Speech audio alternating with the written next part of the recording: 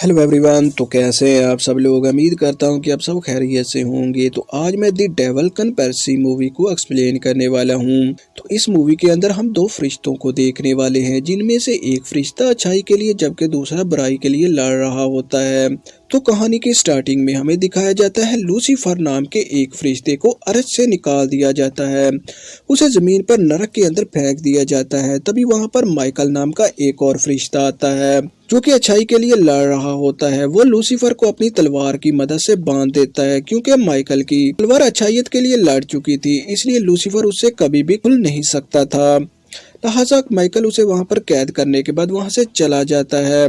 अब हमें कुछ समय बाद का वक्त दिखाया जाता है, जहां पर लूसीफर कैद था। वहां पर कुछ लोगों ने अपना ठिकाना बना लिया जो लूसीफर की हिफाजत करना चाहते थे। दरअसल वो लूसीफर को दोबारा से पृथ्वी पर लाना चाहते थे, क्योंकि वो लूसीफर को एक ईमानदार फरिश्ता मानते थे। अब हमें लौरा नाम की एक लड़की दिखाई जाती है, जो डॉक्टर रोसो के पास जाती है, उसे अपने थीसिस चेक करने का कहती है। लेकिन डॉक्टर रोसो कहता है कि मैं तुम्हारे थीसिस बिल्कुल भी नहीं चेक कर सकता, क्योंकि इस पर एक अच्छी फिल्म तो बन सकती है, लेकिन मैं तुम्हें इसकी इजाजत बिल्कुल भी नहीं देता। लिहाजा लौरा वहां से नाराज होकर वहां से आ रही होती है। अब हम फादर मार्कोनी को देखते हैं, जिसके पास लौरा आती है। फादर मार्कोनी उसे अपने साथ एक चर्च के अंदर लेके जा रहा होता है और साथ में उसे बता रहा था कि आज चर्च के अंदर जीसस का लिबास दिखाया जा रहा है, जो उसने मरते वक्त पहना था, और हम उसे कफन कहते हैं। और जब जीसस दोबारा जिंदा हुए थे तो उसके जिस्म के कुछ निशानात इस कफन पर छूट गए थे, और बहुत सारे लोग इसे हासिल करना चाहते हैं। लिहाजा मार्कोनी लौरा का अपने साथ ले जाता है और वहां पर और भी बहुत सारी चीजें दिखाता है। लौरा वहां पर बैठ के स्टैचू की पिक्चरें बना रही होती है। तभी वहां पर लीज नाम की एक औरत आ जाती है, जो कि एक शैतानी औरत होती है। वो लौरा के पीछे ही खड़ी थी, लेकिन लौरा को इस बात के बारे में कोई भी इल्म नहीं होता। लौरा की जैसे ही उस पर नजर पड़ती है तो तभी लीज वहां पर एक गार्ड को मार चुकी थी। लौरा डर जाती है, वो भाग रही होती है और एक जगह पर छुप जाती है। लिहाजा लीज आगे बढ़ती है और उस कफन को चुरा रही होती है। फादर मार्कोनी की जैसी नजर उस पर पड़ती है तो वो उस औरत को रोकने के लिए भाग रहा होता है। लिहाजा लेज उस पर भी हमला करती है और उसे भी मार देती है। वो कफन को चुराती है, लौरा को ढूंढती है और उसे अपने साथ लेके वहां से जा रही होती है। जबकि फादर मार्कोनी अपनी आखिरी सांसें गिन रहा होता है, तभी वो माइकल फरिश्ते को आवाज देता है और उसे अपने शरीर के अंदर आने की इजाजत देता है। वो कहता है कि मेरे शरीर के अंदर प्रवेश करो और इन सब का खात्मा करो। अब हम देखते हैं कि माइकल फरिश्ते की रूह फादर मार्कोनी के जिस्म के अंदर प्रवेश कर लेती है। वो लीज की गाड़ी का पीछा करता है, लेकिन क्योंकि इंसानी जिस्म माइकल का साथ नहीं दे रहा होता है, इसलिए माइकल इस काम में नाकाम हो जाता है। लीज उस लड़की और साथ में कफन को लेके वहां से निकल चुकी थी।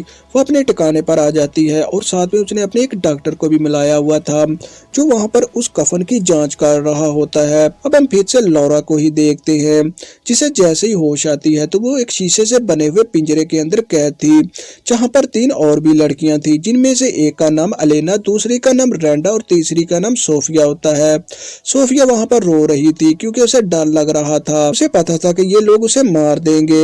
लौरा उसे चुप कराने की कोशिश करती है। अब हम फिर से माइकल को ही देखते हैं, जो अभी तक मार्कोनी के जिस्म के अंदर था। वो दोबारा से चर्च के अंदर आता है। वहां पर सीसीटीवी फुटेज को चुराने के बाद वहां से गाड़ी लेने के बाद वहां से जा रहा होता है। वो एक जंगल के अंदर पहुंच जाता है, जहां पर वो एक बूढ़े आदमी से मिलता है। वो बूढ़ा आदमी कहता है कि मैंने तुम्हें कब से कहा था कि वो इसे चुरा लेंगे और अब तुम मेरे पास आ रहे हो। बूढ़ा आदमी उसे अपने घर पर ले जाता है, उसे वहाँ पर यालियम दिखाता है और उससे कहता है कि ये वही जगह है जहाँ पर लूसीफर कैद है। वो उसे रहा करवाना चाहते हैं, लेकिन माइकल कहता है कि लूसीफर ऐसे कभी भी रिहा नहीं हो सकता। तो वो बूढ़ा आदमी उसे कहता है कि वो एक औरत का सहारा ले रहे हैं। तो माइकल कहता है कि लूसीफर कभी भी औरत के जिस्म के अंदर प्रवेश नहीं कर सकता। तो वो बूढ़ा आदमी कहता है कि ऐसे नहीं, लेकिन वो उसके बच्चे के रूप के अंदर जन्म ले सकता है।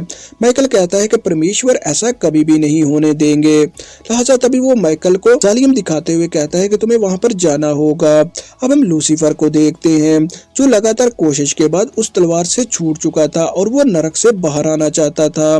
अब हम फिर से लौरा और उसकी साथियों को ही देखते हैं, जो अभी तक उसी पिंजरे के अंदर कैद होती हैं, जैसे ही गार्ड उनके पास आते हैं और उन पर एक्सपेरिमेंट करने वाले होते हैं, तभी लौरा और उसके साथी उस पर हमला कर देते हैं। लेकिन वो गार्ड क्योंकि बहुत ज्यादा ताकतवर थे, वो उन्हें अपने साथ उठा के ले जाते हैं। वो उनका बलात्कार करते हैं, उनके जिस्म के अंदर एक ऐसा स्पंज डालते हैं जिससे कि वो एक ईश्वर के बच्चे को पैदा कर सके। लिहाजा इसके बाद उन्हें एक पिंजरे के अंदर बंद किया जाता है। पिंजरे के अंदर बंद करने के बाद उन्हें नरक के अंदर भेजा जाता है। लौरा के साथ वहाँ पर रांडा भी होती है। लूसीफर वहाँ पर एक आग और धुएं का रूप लिए हुए था। वो पहले रोंडा के जिस्म के अंदर जाता है, लेकिन वो उसके बच्चे के रूप के अंदर पैदा नहीं हो सकता था, इसलिए वो उसे मार देता है और बाद में लौरा के जिस्म के अंदर आ जाता है। लौरा उसके जिस्म को एक्सेप्ट कर लेती है। अब हम देखते हैं कि लौरा को बाहर लाया जाता है, जहाँ पर लीज सबको मिलवाती है। वो सबसे कहती है कि यही हमारे ईश्वर को दोबारा से जन्म देगी। अब हम माइकल को देखते हैं जो पताल लोग से होते हुए उसी जगह पर पहुंच जाता है। वो वहां पर गार्ड को खत्म करता है, कफन को चुराता है और वहां से निकल रहा होता है। तभी वो वहां पर लौरा के पास जाता है। लौरा को जैसे ही खोलता है और वहां से निकलने की कोशिश करता है, तभी वो लौरा के अंदर लूसीफर को भी देख लेता है, लेकिन इससे भी वो डरता नहीं। वो लौरा को अपने साथ लेता है और पताल लोग से वापस आ रहा होता है। तभी माइकल पर वहां पर पताल लोग का दैत्य हमला कर देता है। माइकल उसके साथ लड़ रहा होता है। वो जैसे ही उस दैत्य के साथ लड़ रहा होता है, तभी वहां पर लेज भी आ जाती है जो लौरा को अपने साथ ले जाती है। वो उसे दोबारा से बांध देती है। अब हम माइकल को ही देखते हैं जिसे कि उन्होंने नरक के अंदर कैद कर दिया था। उसे लूसीफर की तलवार की मदद से कैद किया था, क्योंकि लूसीफर की तलवार बराइयत के लिए लड़ चुकी थी, इसलिए माइकल उससे कभी भी छूट नहीं सकता था।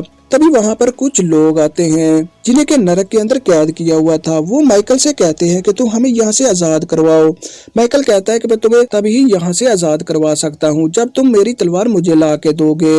अब हम फिर से लौरा को ही देखते हैं जिसके पेट के अंदर वो बच्चा जन्म ले रहा होता है। वो बढ़ता ही जा रहा था, लेकिन लौरा उस बच्चे को खत्म करना चाहती थी, इसलिए वो वहाँ से भागती है और ईसड को पी लेती है।